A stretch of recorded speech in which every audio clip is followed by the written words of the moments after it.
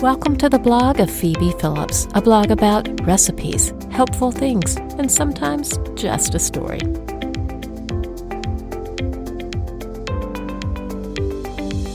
I've been making a living asparagus soup for a few years now, and I want to share it with you here on the blog. I always start with fresh produce. Frozen will work, but canned will never work for this recipe. And for a bit of detail about asparagus, well, as a gardener, it's a perennial. It has a long world history. It first appeared pictured as an offering in Egyptian times, dating back to 3000 BC. Greeks and Romans ate it fresh and then would dry it for wintertime. A recipe for cooking asparagus is given in one of the oldest surviving collections of recipes in a 3rd century BC cookbook. It wasn't cultivated in France until a French monastery took an interest in it in 1469. Asparagus got noticed in England around 1538 and 4 years later in Germany. Finally, it became available sometime in the 1850s in the United States. The word living, as I use it in a recipe, is also known as raw. For those not familiar with the term raw food, it can conjure up all kinds of ugly images. What it really means is that food is prepared at under 118 degrees. This temperature preserves enzymes and many beneficial nutrients. I prefer to use the word living. It just doesn't send out the messages that raw food sends out. As many of you know, I'm certified through Matthew Kinney Culinary Academy in raw vegan cuisine. I worked in Patagonia, Arizona for one of the most famous raw vegan kitchens in the world. And I assisted Russell James, known as the Raw Chef, with his production in London for his Everyday Raw series. So why should you eat more living foods?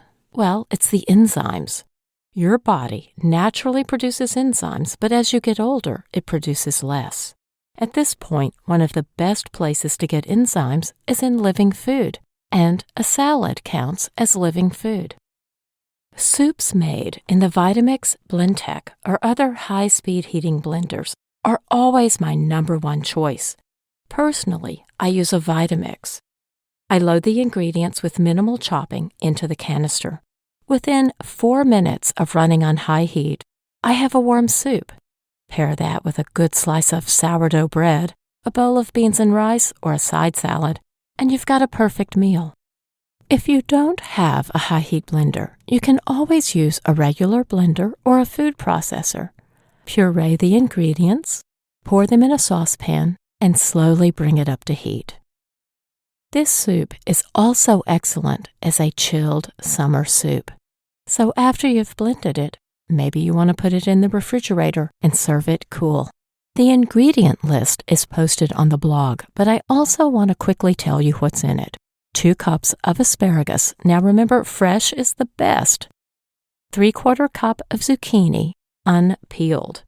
1 tablespoon of onion, 1 individual garlic, 1 teaspoon of sea salt. I use Redmond real salt from Utah or pink Himalayan.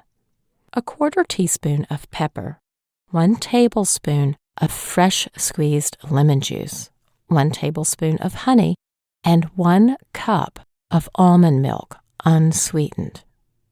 If you like to garnish the top of your soup, chop up some chives or mint, or just a little dollop of yogurt.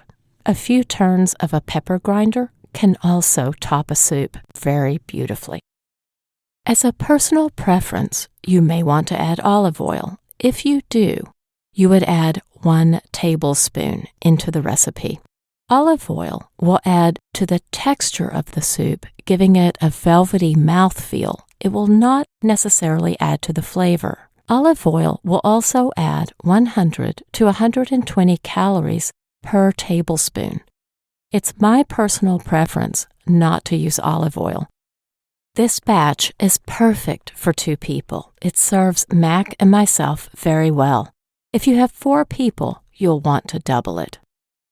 I've also added at the end of this blog post a link to my latest podcast. The podcast is called The Literary Catcast. The episode is The Galloping Cat, which is a poem written by the late British poet Stevie Smith.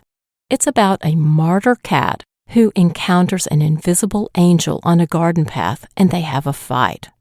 Now, there are new internet laws, and I cannot send out the podcast because you didn't subscribe to the podcast. You subscribed to this blog. So sometimes I will attach it and sometimes I won't. But generally it's attached as a reminder that if you want to receive the podcast, you have two ways. You can go subscribe on Apple Podcast, or you can subscribe into the blog, theliterarycatcast.com, which is completely separate of this blog.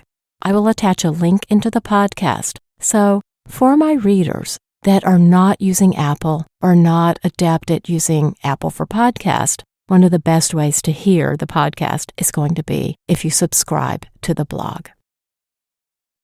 The music for this blog is from Melody Loops, and the title of the song is Coffee Time. Check out my book, Why Me? Positive Verse for Loss and Sadness, on Amazon. It's available in English, and it just released in a Spanish-English combination. It's suitable for children, and also adults have found it helpful. And subscribe to my podcast, The Literary Catcast, on Apple Podcast or through the blog, theliterarycatcast.com. This blog is recorded in Dallas, Texas.